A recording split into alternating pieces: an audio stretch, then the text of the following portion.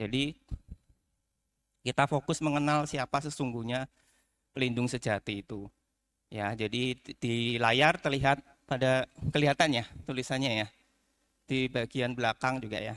Jadi tiga permata ini tuh bukanlah emas, bukan pula berlian. Ya, jadi namun nilainya itu jauh lebih berharga daripada harta duniawi manapun karena ia menjadi pelindung, penunjuk arah dan fondasi batin kita semua. Nah, oleh karena itu bagi kita semua baik anak-anak ya terkhusus para orang tua, mari kita sadari satu hal penting yaitu warisan terbaik Sang Buddha bukan hanya tentang mencapai kesuksesan materi, melainkan bagaimana kita menanamkan tiga permata ini sebagai bekal abadi bagi generasi mendatang, ya, atau legacy. Oke. Nah, lalu mengapa bekal atau pelindungan ini begitu penting bagi kita?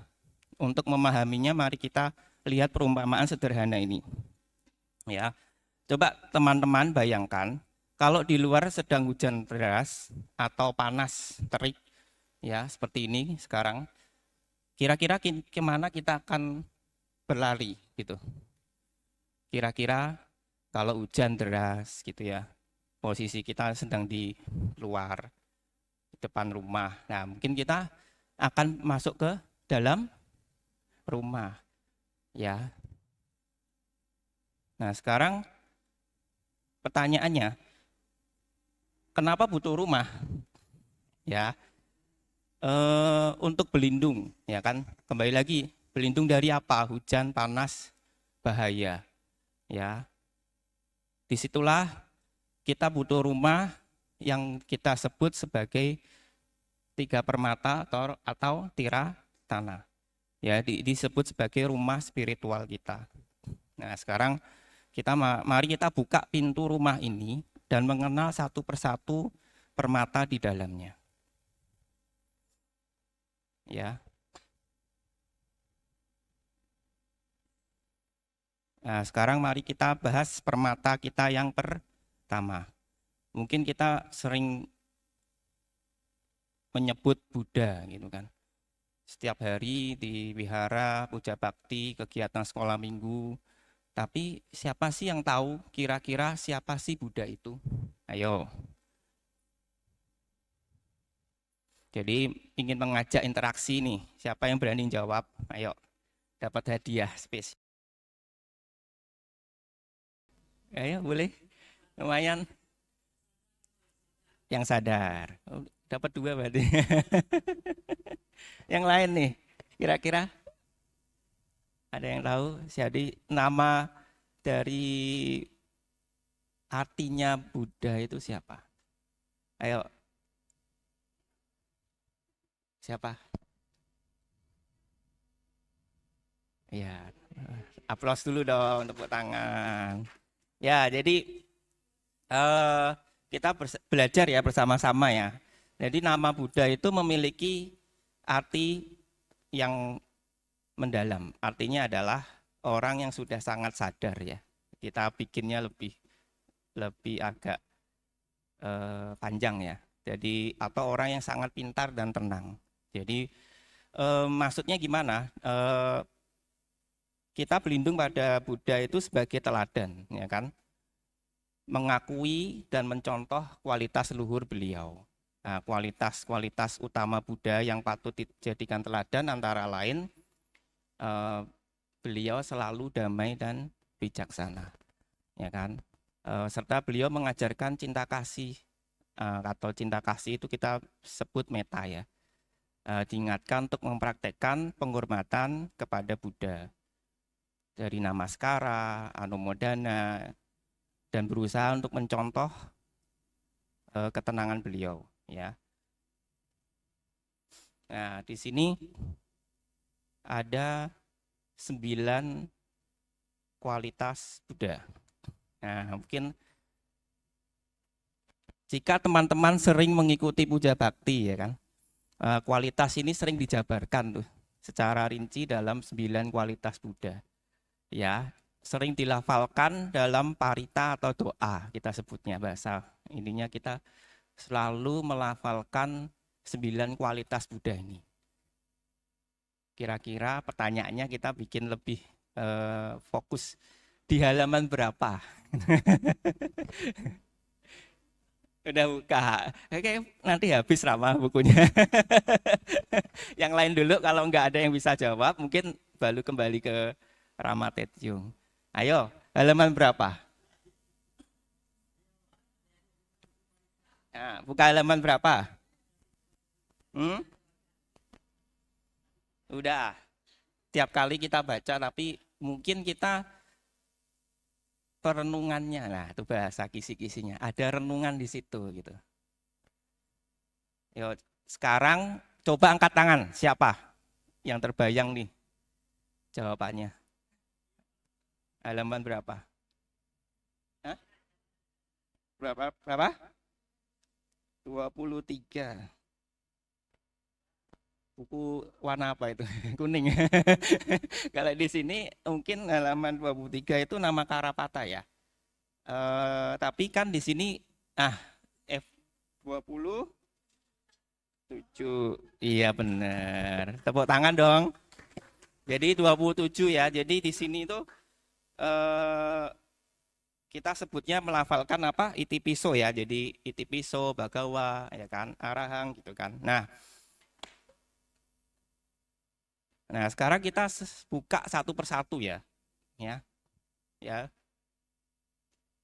Nah, di sini kita mungkin biar enak kita baca bersama-sama ya.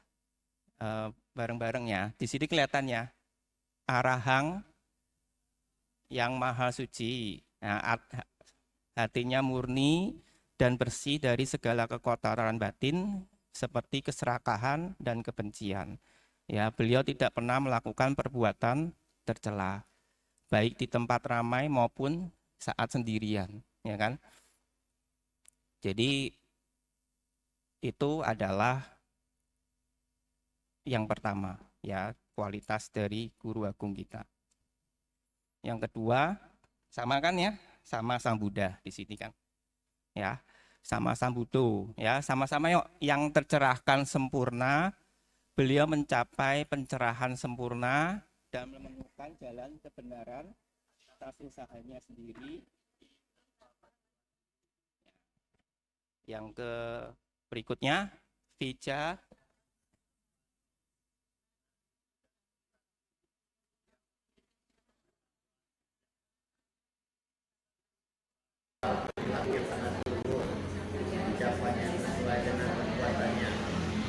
Sama ya, sama yang di halaman 27 ya. Ya. Sugato menempuh jalan kebahagiaan. Beliau selalu bertutur kata yang baik, benar dan bermanfaat. Perjalanan hidup beliau selalu menuju ke arah yang damai dan bahagia, nibbana. Berikutnya Lokawidu, pengenal alam. Beliau memahami sepenuhnya tentang kehidupan dan alam semesta. Beliau mengerti penderitaan makhluk lain dan berbagai cara mengatasinya. Sama ya, Antaro Nurisa Dhamma Saranti, pembimbing tanpa tanding. Dia adalah pembimbing terbaik yang mampu mendidik dan melunakkan hati.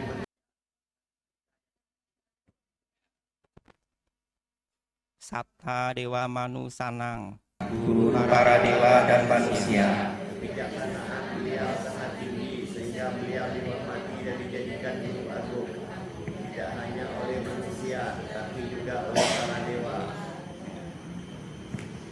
Guru yang sadar, Menjaga, beliau telah bangun dari gelapnya ketidaktahuan. Beliau sadar sepenuhnya akan kebenaran sejati dalam dan mengajarkan kepada kita semua. Yang terakhir, Bhagawa yang penuh berkah. Beliau adalah sosok yang penuh kemuliaan dan keberuntungan karena kebajikannya yang luar biasa sehingga sangat layak untuk kita hormati. Sadu. Ya, jadi dengan mengingat 9 kualitas ini, semoga pikiran kita tuh lebih tenang ya dan terarah dalam dhamma ya. Nah, sekarang karena Sang Buddha adalah guru petunjuk jalan yang welas asih ya. Bahkan sejak masa waktu dia kecil, ya kan. Di sini melalui kisah legendaris Pangeran Siddhartha ada sebuah cerita pada saat Siddhartha waktu kecil itu beliau menyelamatkan seekor angsa, ya. Nah, menyelamatkan seekor angsa. Kira-kira ada yang pernah membaca atau mungkin pernah mendengarnya? Udah ya. Nah, kita coba untuk melihat gitu ya, seperti apa gitu. Jadi di sini itu menyelamatkan kehidupan jauh lebih mulia daripada menyakitinya. Nah, intinya slide berikutnya adalah mengenai kebajikan beliau. Nah, mari kita saksikan bersama bagaimana kebijaksanaan beliau mengatasi kekerasan. Ya. Nah, di sini adalah kisah terkenal masa kecil Pangeran Siddhartha tentang kasih sayang terhadap makhluk hidup. Ya. Kisah Pangeran Siddhartha dan angsa putih. Ya. Nah, kisah ini menunjukkan welas asih ya beliau sejak masih kecil ya. Saat berjalan di taman, Pangeran Siddhartha menemukan seekor angsa yang tertusuk panah ya, masih ingat ya. Ya, terdorong rasa iba jadi beliau itu mencabut panah dan mengobatin lukanya. Oke.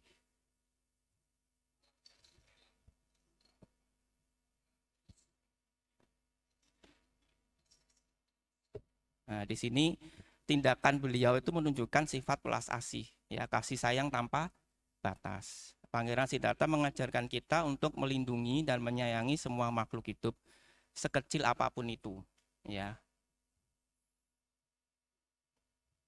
Oke. Nah, tak lama kemudian sepupu yang bernama Dewadatta datang membawa busur dan mengeklaim bahwa angsa itu miliknya karena dialah yang memanahnya. Siddhartha segera memeluk angsa itu untuk melindunginya dan menolak menyerahkannya. Karena dia tahu Dewata itu akan membunuh angsa tersebut, ya kan? Meski Dewata bersikeras menggunakan aturan berburu, Siddhartha menjawab dengan aturan kasih sayang bahwa hidup adalah hak dia yang menyelamatkannya, bukan dia yang mencoba mengambilnya.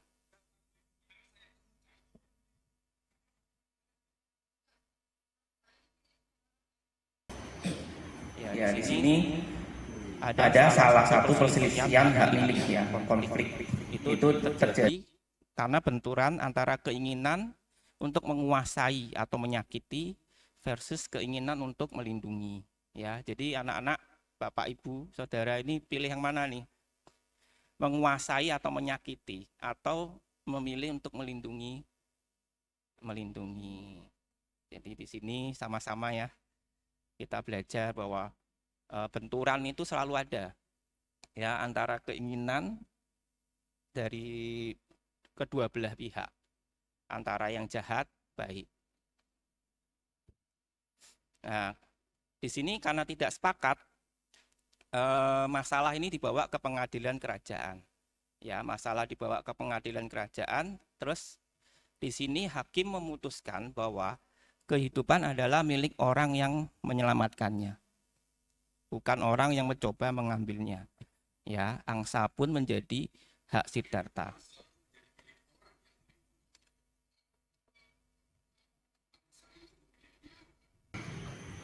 Di sini ada sebuah pesan moral, yaitu kebijaksanaan. Ya, kemenangan, kebaikan, dan pesan bahwa menyelamatkan nyawa lebih mulia daripada membinasakan. Membinasakan tuh mungkin adik-adik pada tahu nggak ya bahasa binasa?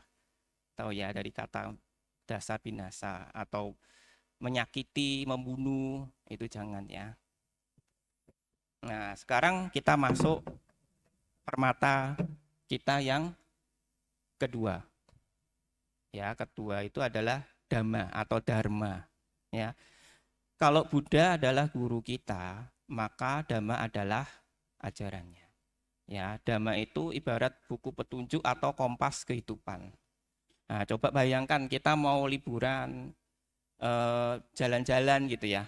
Mungkin zaman dulu masih pakai peta kertas besar ya, atau petunjuk arah. Sekarang udah canggih ya pakai Google Maps. Nah, kalau kita pergi ke satu tempat gitu ya, kita nggak tahu pasti kita akan tersesat. Nah, begitulah petunjuk jalan atau kita sering sebut dhamma. Ya, nah, dhamma adalah kebenaran dan aturan main kehidupan. Dhamma adalah petunjuk jalan agar kita tidak tersesat. Nah, sekarang pertanyaannya bagi teman-teman nih, apa isi dhamma yang paling sederhana? Ada yang bisa bantu jawab? Isi yang paling sederhana dari dhamma permata dua kita ini. Tenang, masih banyak bukunya. Ada yang bisa jawab? Ya, saya jawab sendiri, Pak. Ya, yang pertama ya pasti dong berbuat baik. Benar enggak? Oh, Ibu baca. Ya, ya, ya, tepuk tangan dong. Oh. Betul, itu paling sederhana ya, mungkin paling bahkan semua ajaran Buddha ya, ya. Ya, jadi di sini itu berbuat baik itu seperti gambar ini ya. Jadi, nah mungkin ada tulisannya. Jadi berbuat baik ini seperti menanam benih bunga. Kalau kita menanam benih kebaikan, kita akan panen kebahagiaan. Ya, jadi seperti itu. Ya, yang kedua, hindari perbuatan buruk atau hindari kejahatan seperti yang dikatakan tadi. Ya, sekarang, nah ini ada 5 sila, yaitu 5 aturan hidup bahagia. Misalnya, sederhananya kita jujur, tidak menyakiti, tidak mengambil yang bukan milik kita. Ini adalah dasar moralitas. Ya, bersihkan pikiran, meditasi atau meta. Bersihkan pikiran tuh belajar menenangkan pikiran saat kita marah atau cemas, ya. Belajar menenangkan pikiran, ya. Orang dewasa nih sekarang kita lebih ke pengertiannya, yaitu Dhamma mengajarkan hukum karma atau sebab akibat, ya.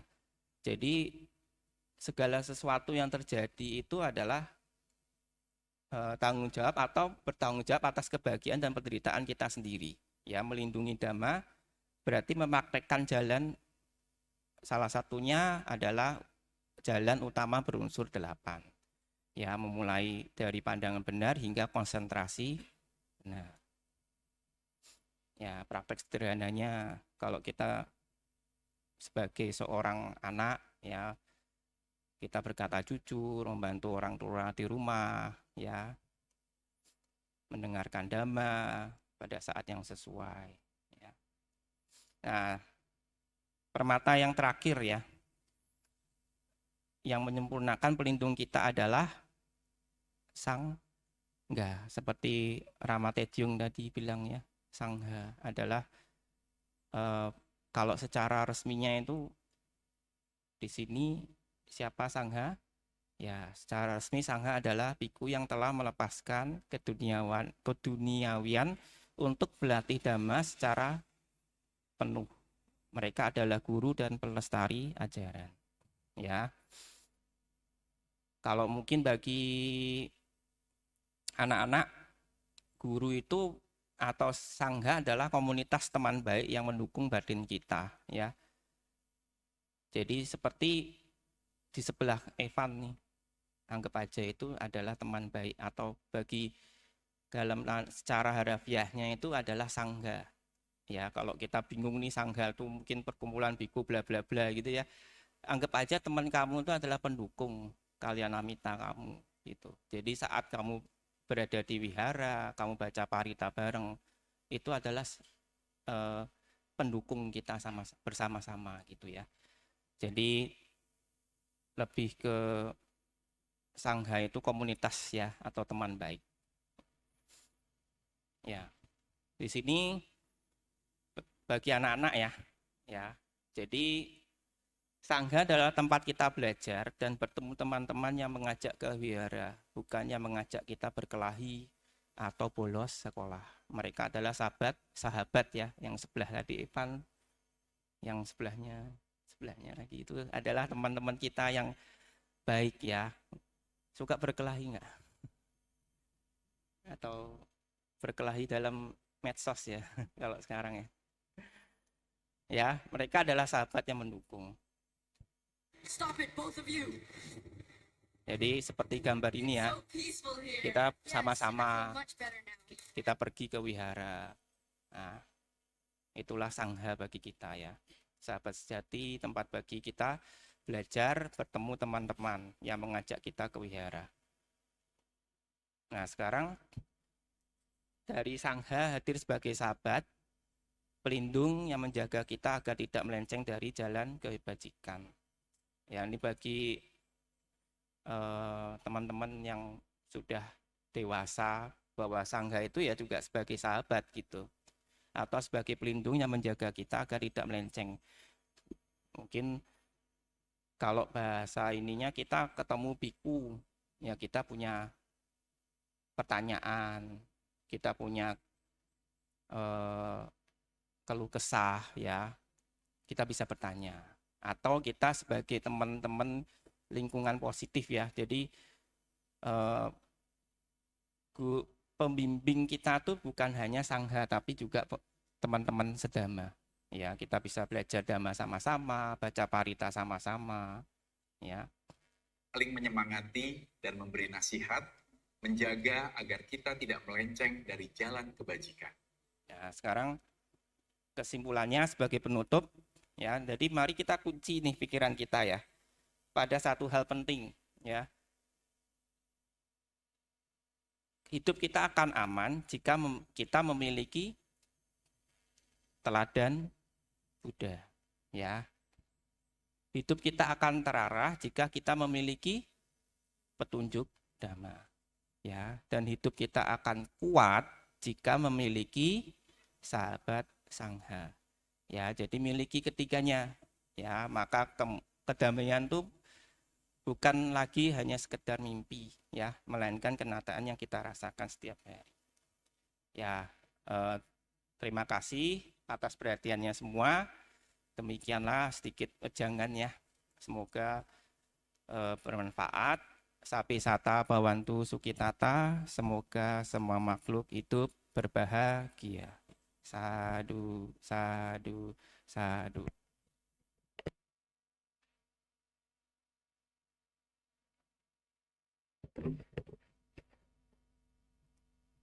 Terima kasih kepada Rama Budi. Oh, ada kuis ya? Sebelumnya kita tepuk tangan dulu buat Rama Budi atas wejangannya. Terima kasih. Hah?